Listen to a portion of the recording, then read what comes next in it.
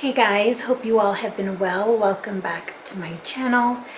Today I wanted to talk a little bit about no-buys and the kind of alluring factor of it, as well as the dangers that can come about. I make it sound like it's terrible, but it can be from a financial standpoint. So if you're interested in more of a talky video, then I hope you decide to stay tuned. I thought about this topic when I was thinking of video ideas to do. I want to talk about no-buy videos because that's what I'm on, and I feel like it's very almost therapeutic in a way to be able to communicate what I'm going through, what I'm thinking about the whole process as I'm going through it, because I have short-term memory, so I need to say it as they come.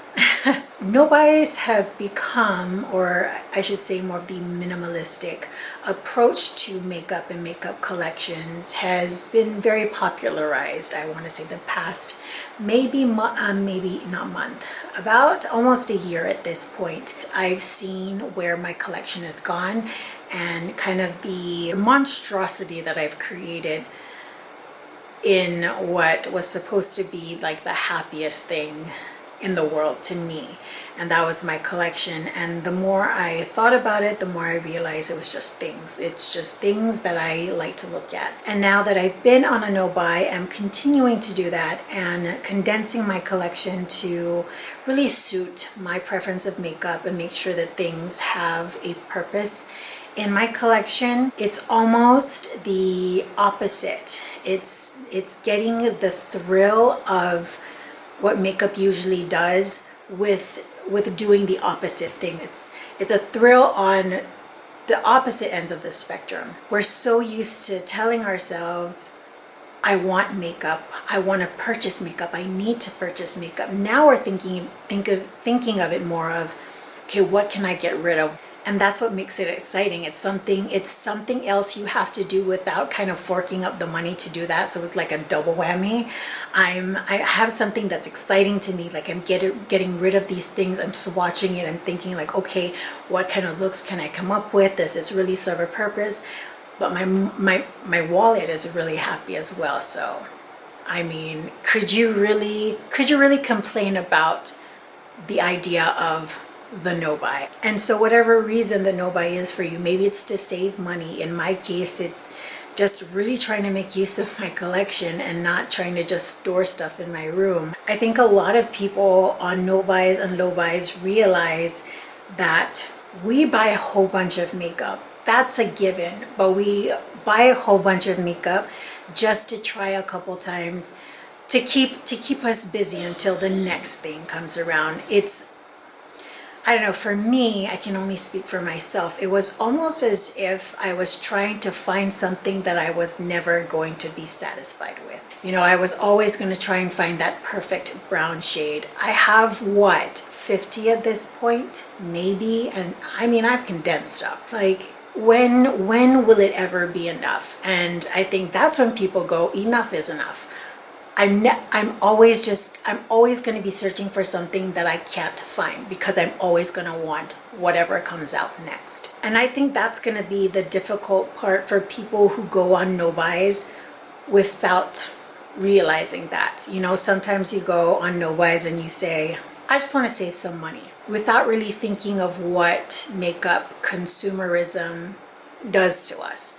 And for some people, that's okay. If you can afford to buy makeup, if you're not wanting to, minimize your collection or try to save some money here and there, do you. For those of us thinking of doing a no-buy or on a no-buy, if you think of it just from a standpoint of money and not about almost the addictive nature of wanting to buy something, it makes it a bit difficult, because once you relapse, once you purchase something and you get that feeling back, it's harder to talk yourself out of it. It's harder to talk yourself back into getting on track. So through the no-buy, I've come to realize that I just love the thrill of having something new.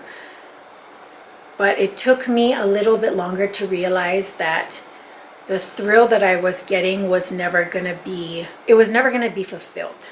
There was always gonna be something else. And through my no-buy, yes, I'm saving money, but what I find the most useful is that in my no-buy, I'm constantly convincing myself, reasoning with myself that I shouldn't buy those things. Why? Because we have about 5 here already. Are we trying to have something new in our collection, or are we just trying to tackle and try and kind of knock on temptation's door again? Sometimes you got to think about those things, you know? And I've thought about it a lot. I continue to think about it a lot, that sometimes in the past, I might not have even wanted the product. I just wanted to buy something.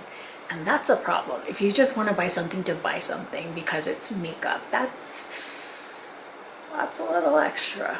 That's, you know? Huh. And so I'm still learning a lot through this no-buy, but it's really, it's what I find myself thinking the most about. It's reasoning behind kind of the makeup addiction, or the buying addiction that I have to makeup. Makeup was what I wanted to purchase, what I used this one on, and it felt like I was on a track that was never gonna end. And after talking myself through it, realizing what that meant for me, the no-buy has definitely helped alleviate some of those and answer some of those questions that I've kind of been wondering about, you know? So that's just what I wanted to talk about. I just felt like talking about it, about the no-buy. These no-buy videos, again, they're just very helpful for me. And I feel that, you know, I'm learning so much from other people and what they're doing with their no-buys. And if there's any way that I can help someone out, or kind of, you know, rub them on the shoulder and let them know that I'm right there with you, that's the beauty of this community. We've seen enough drama. Let's put some beauty back in the beauty community. It's kind of been pretty ugly recently, to be honest. So if you enjoyed this video and have not done so already, I would really appreciate it if you could click the red subscribe button down below.